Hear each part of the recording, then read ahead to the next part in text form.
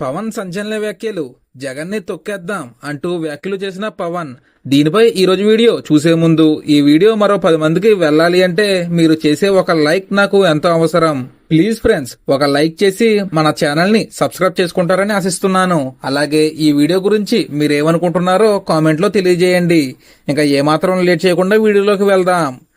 బిగించిన పిడికిల్ల కూటమి ఉండాలి అని సీనియర్ నేత చంద్రబాబు చాతుర్యం ఏపీకి అవసరం.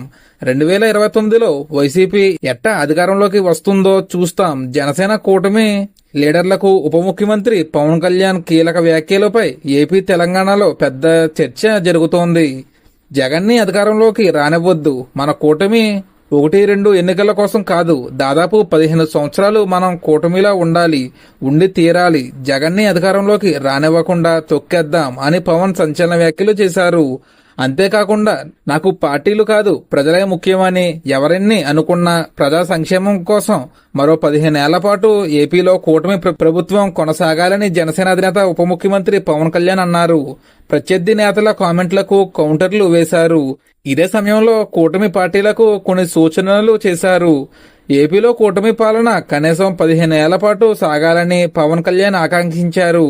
అప్పుడే ప్రస్తుతం చేపడుతున్న అభివృద్ధి సంక్షేమం కార్యక్రమాల ఫలాలు ప్రజలకు సరిగ్గా చేరుతాయని, ఈ క్రమంలోనే కూటమి పార్టీలు కలిసికట్టుగా సాగడం ఎంతో అవసరమంటూ హితబోధ చేశారు.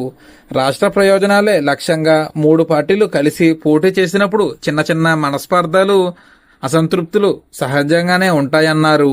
అందుకే ఏ పార్టీని తక్కువగా అంచనా వేయొద్దని పవన్ సూచించారు. అయితే వైసీపీ కూడా పవన్ వ్యాఖ్యలను సీరియస్ గా తీసుకున్నప్పటికీ పవన్ కళ్యాణ్ ని సూటిపోటి మాటలు అంటూ రెచ్చగొట్టే ప్రయత్నం చేయడం లేదు.